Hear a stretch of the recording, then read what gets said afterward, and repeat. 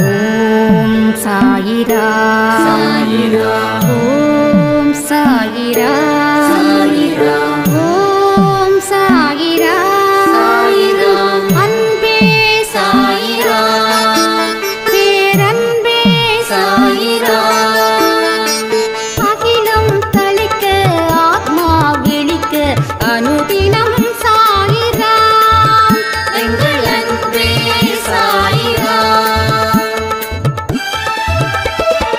ஒன்றே இறைவன் ஒன்றே பூமிக்கென்றும் சாயிரா சரணம் சாயிரா நன்றே செய்து வாழ்வோம் நாம் ஒன்றே செய்து வாழ்வோம் அன்பே சாயிரா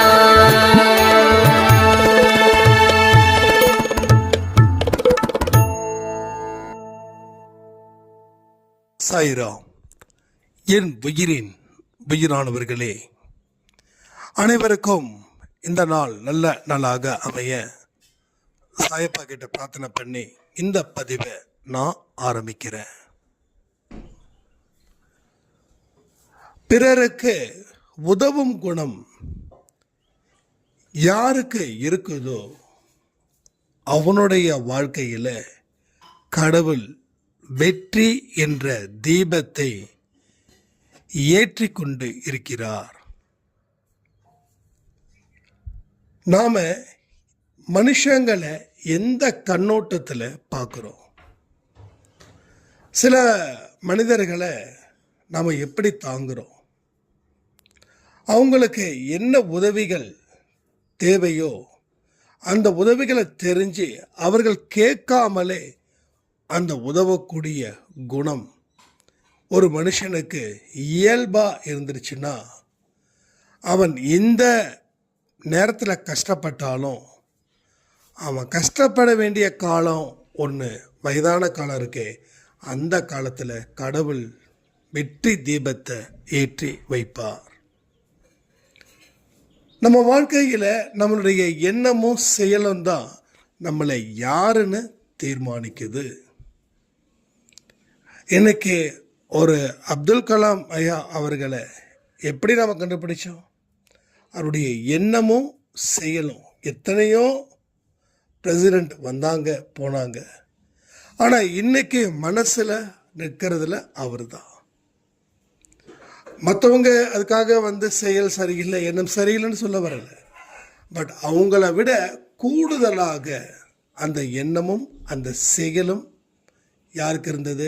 நமது அப்துல் கலாம் ஐயா அவர்களுக்கு இருந்தது. அதனால தான் கடவுள் அவர் இறந்ததுக்கு பின்னாடியும் இப்போ வரைக்கும் அவரோட வார்த்தைகளை நம்ம சொல்லுறோம், அவரை நம்ம நினச்சி பார்க்குறோம். ஸோ மறைஞ்சதுக்கு அப்புறமும் நம்ம எப்படி வாழுறோன்றது முக்கியம். அப்போது அதற்கு தேவையானது குணம், எண்ணம், செயல், சொல், இது எல்லாமே அதில் அடங்கும். நாம் ஒரு சின்ன வெற்றி வந்தாவே நமக்கு தலைக்கணம் ஏறுது. எந்த கணத்தை வேணாலும் சுமக்கலாம், ஆனால் தலைக்கணத்தை மட்டும் நம்ம சுமந்து வாழ்ந்துடக்கூடாது. வாழ்ந்துட்டோம் அப்படின்னா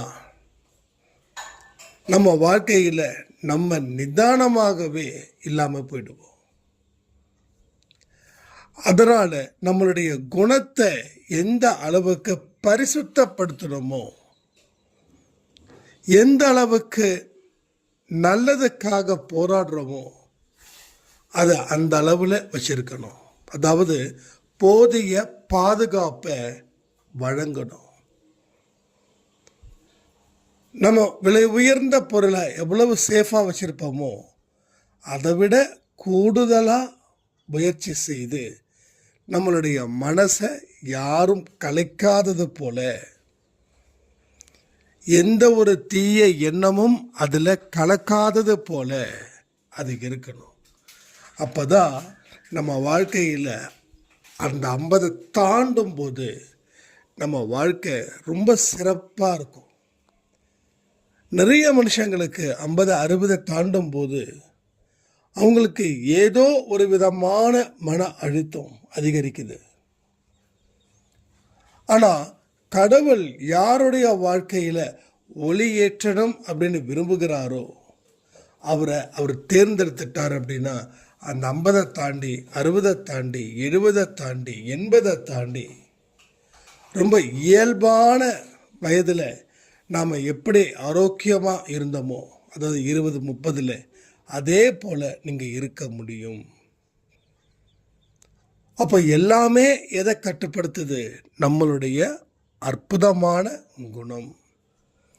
அந்த குணம் மட்டும் இருந்துச்சுன்னா வயசு என்ன ஆனாலும் முதுமை தாக்காது. முதுமைக்குன்னு வரக்கூடிய நோய்கள் இருக்கே, அது உங்களை அடையாது. உங்கள் உடம்ப ஒரு காற்று போல வச்சுருப்பீங்க.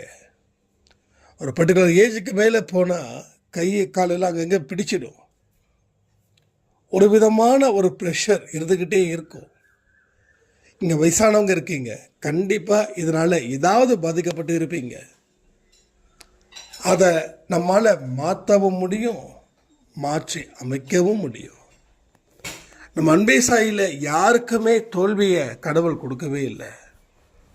எவ்வளவு ஏஜாக இருந்தாலும் அவங்க ஆரம்பத்தில் ஒரு வலியினால் பாதிக்கப்பட்டு இருந்தாங்கன்னா அவங்க கடவுளை வணங்கும்போது, கடவுளோட வார்த்தைகளை அவங்க மனப்பூர்வமாக கேட்கும்போது அது அந்த வலி அவங்களுக்கு மாறி நல்ல சுகத்தை கடவுள் கொடுக்க வைக்கிறார்.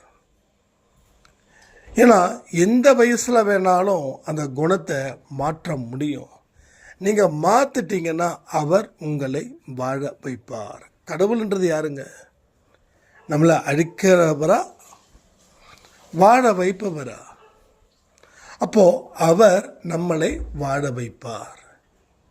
எந்த சூழ்நிலையிலும் அவரை நாம் நம்பும்போது, நம்மளுடைய குணத்தை மாற்றும்போது, நம்ம எண்ணத்தையும் சொல்லையும் செயலையும் உயர்ந்த தத்துவத்தின் அடிப்படையில் அதை வச்சு பாதுகாத்து அதை வாழ்க்கைக்கு பயன்படுத்தும் போது கடவுள் உங்களை வாழ வைப்பார்.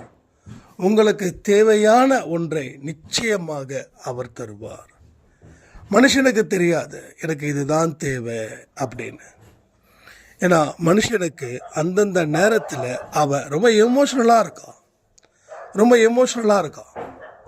ஆனால் என்ன உண்மையான தேவை என்றது கடவுளுக்கு மட்டும்தான் தெரியும். அதை கொடுத்துட்டா மனுஷன் ஹாப்பி, மிக மிக ஹாப்பி. அந்த நிலையை கடவுள் உங்களுக்கு உருவாக்குவார். அதனால் அவருக்காக காத்திருங்க. உங்கள் குணத்தையும் எண்ணத்தையும் மாற்றுங்க. போகிற பாதை சரியில்லைன்னா வேறு பாதையை பார்த்தால்தான் தெரியும்.